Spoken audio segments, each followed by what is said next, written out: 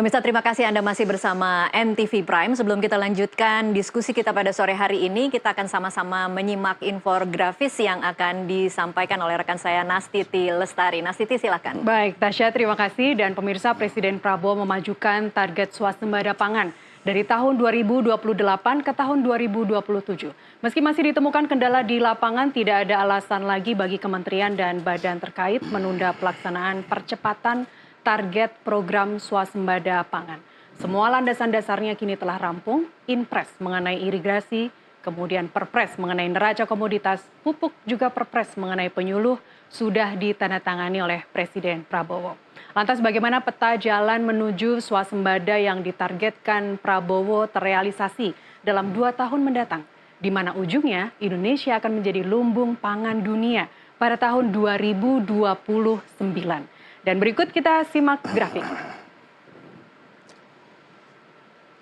Tahun 2024 merupakan tahun persiapan perencanaan menuju swasembada pangan.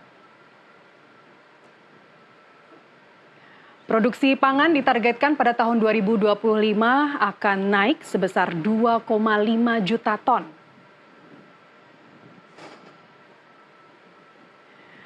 Dan berikutnya pemirsa, tahun 2026 ditargetkan produksi akan naik signifikan sebesar 5 juta ton.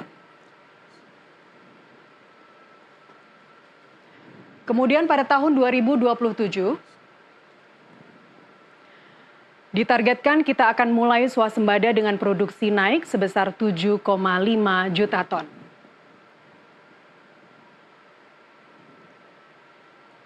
Dan kemudian pemirsa pada tahun 2028 ditargetkan kita akan mulai ekspor dengan produksi naik sebesar 10 juta ton.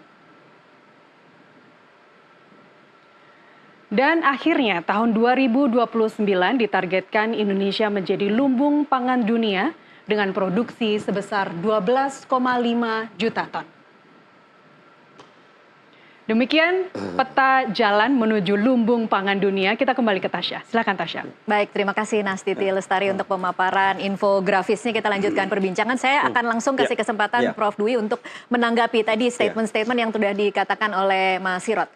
Ya, saya bukan orang pesimistis, Mbak. Saya bicara berdasarkan rasionalitas akademis. Saya bicara berdasarkan data dan fakta yang terjadi. Jadi itu, sehingga kalau merencanakan sesuatu, belajar dengan fakta yang ada, fakta yang terdahulu. Contoh saja lah, tadi kan juga disampaikan kan, terkait cetak sawah. Tadi berapa disebutkan totalnya, berapa tadi? 4 atau 5 juta. Dan memang rencana semula yang disampaikan ke DPR itu 3 juta hektar cetak sawah. Bisa dibayangkan, tanya di masa Jokowi, ada rencana program cetak sawah 1,2 juta hektar. Hasilnya apa? 0. Kalau kita bicara cetak sawah, food estate selama 26 tahun terakhir ini tidak ada satupun yang berhasil. Oke, catatan pembelajarannya berarti apa, Prof. Dwi? Nah, berarti ada yang salah di sana. Kenapa program tersebut yang menghabiskan triliunan rupiah, digelontorkan triliunan rupiah untuk sesuatu yang pasti gagal? Jadi itu. Ini saya terjun langsung, Mbak, di cetak sawah. Pada saat pembukaan lahan gambut 1 juta hektar, saya di sana duduk sebagai anggota tim analisis risiko lingkungan. Pada saat program food estate Jokowi tahun 2020 sampai tahun 2023, saya mendampingi BUMN pangan. Kami melakukan uji coba di Kalimantan Tengah. Luasnya berapa? 93 hektar. Hasilnya berapa? 0,85 ton per hektar. Itu kenyataan. Itu data, itu yang kami lakukan sendiri. Bukan berarti saya hanya bicara dari luar, nggak tahu. Kami melakukan. Tadi sudah saya ceritakan, saya 28 tahun bergerak di jaringan tani, betul-betul bergerak. Bukan sebagai mercusuar, datang, hahaha, enggak. Jadi itu. Jadi ada persoalan besar, untuk itu saya sebutkan, beberapa program yang dicanangkan pemerintah tidak realistis. Menegasikan rasionalitas akademis. Itu yang paling penting. Saya ke Mas Sirot sekarang. Kita bicara soal food estate berarti ya, Mas Sirot sekarang. Apa catatan dari tim Anda yang kemudian bisa jadi evaluasi dan pembelajaran agar tidak melakukan kesalahan yang sama soal food estate ini, Mas Sirot? Iya, saya kembali lagi ini logika sederhana saja. Kalau kita melakukan hal yang sama berulang-ulang, benar kata Prof. Andreas, ngapain kalau udah tahu bakal gagal gitu kan? yang jadi concern kita, apakah benar Pak Prabowo dengan rezim yang sekarang ini melakukan hal yang sama? Saya melihat ada perbedaan ya. Contoh misalnya ya, sekarang ini kita praktis punya bendungan 62 unit, 62 biji bendungan yang sudah jadi ini. Dari 65 targetnya Pak Jokowi sudah direncanakan 62. Jadi kita sudah punya tampungan air, apalagi sekarang musim hujan ya. Jadi tinggal dibuat irigasi teknis. Itu banyak problem. Saya ikuti beberapa webinar, itu banyak sekali problem. Tapi setidaknya air itu di banyak titik sudah tidak jadi masalah. Yang kedua, food estate kita memang bukan skala lab ya, bukan skala teoritis. Itu pilot plan project dilakukan. Dan benar, Pak Dwi bisa mengkonfirmasi, itu beberapa lebih banyak gagalnya. Jadi tadi 0, sekian hektar hanya 0,85 ton per hektar, Mas, hasilnya. Ya, 0,85 ton per hektar. Tapi di situ kan Pak, kita yang saya dengar itu kan kualitas tanah ya. Tanah itu match lah. Itu sudah food estate sudah lama itu. Udah zaman Soeharto dulu.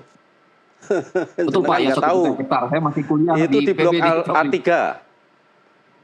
Kami kerjakan di sana. Baik, silakan Mas Sirot. Terus kan food estate yang dilakukan oleh Pak Prabowo ini, yang dilakukan oleh Pak Amran, itu kan di Merauke, yang secara, yang saya dengar juga ini, saya lihat ya, laporan juga dari teman-teman, itu mereka dengan kualitas pembelajaran dari kegagalan sebelumnya. Jadi kalau kita secara teori kan kita bahas skala lab lah ya di kampus gitu. Tapi ini kan udah pilot plan. Jadi di dunia nyata gitu. Sudah gagal, apa diperbaiki? Oh ini kegagalannya di sini diperbaiki ya. Okay. Terus yang di food estate itu juga ada pasukan untuk model petani mudanya gitu loh. Itu di improvement oleh Pak Amran gitu. Nah, itu hal yang sebelumnya tidak ada gitu saya perhatikan. Pak Prabowo juga saya kebetulan di Unhan melibatkan juga Tamtama ya untuk dikirim ke sana.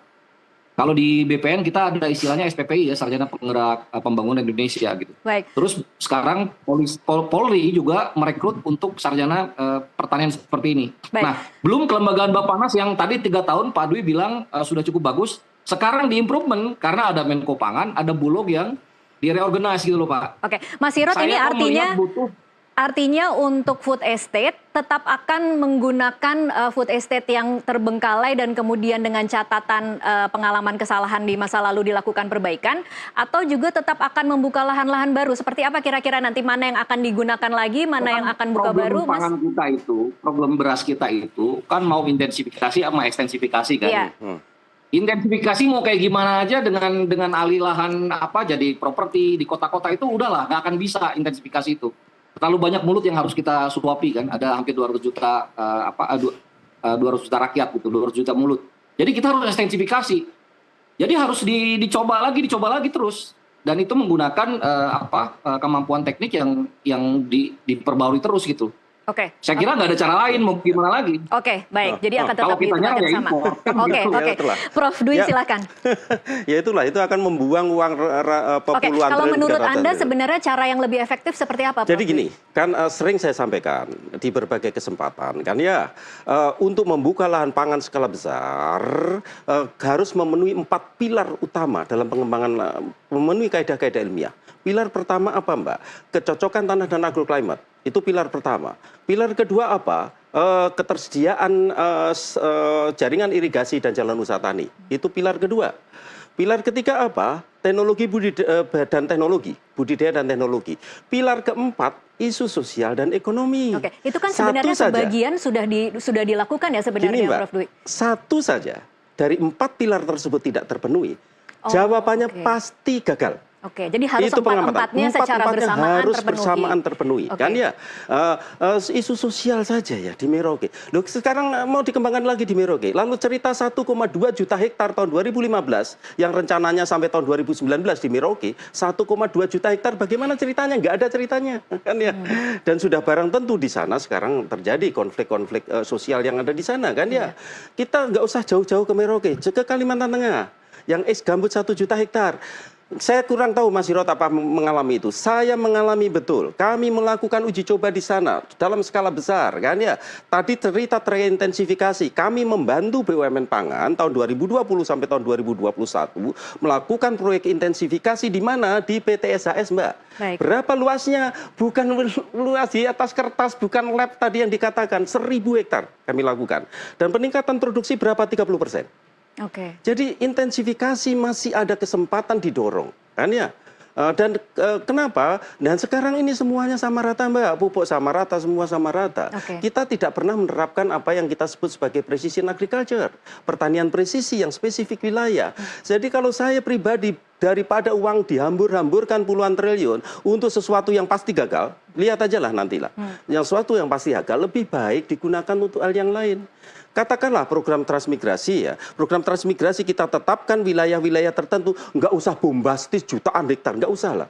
Wilayah-wilayah tertentu puluhan ribu hektar saja kan ya. Lalu yang memenuhi 4 kriteria tersebut, kita fokuskan pendanaan ke sana. Jadi lebih baik kecil-kecil saja gitu ya. Beri lahan petani 5 hektar, jangan yang 2 hektar seperti sekarang ini kan. 2 hektar untuk tanaman perkebunan, 2 hektar untuk tanaman tanaman pangan, 1 hektar untuk pekarangan dan rumah. Dan support kehidupan mereka minimal selama 4 tahun. Kan? Selama 4 tahun? Iya harus. Karena apa? Karena kan mereka 4 tahun diharapkan dari tanaman perkebunannya sudah muncul. Dengan cara itu akan bisa lebih mengena daripada menghambur-hamburkan uang untuk proyek-proyek ambisius yang jawabannya pasti gagal. Udahlah, kita lihatlah di 5 tahun lagi. Oke, baik. Kita masih akan lanjutkan nanti di segmen selanjutnya. Pemirsa tetaplah bersama NTV Prime. Usai jeda kami masih akan kembali. Ya.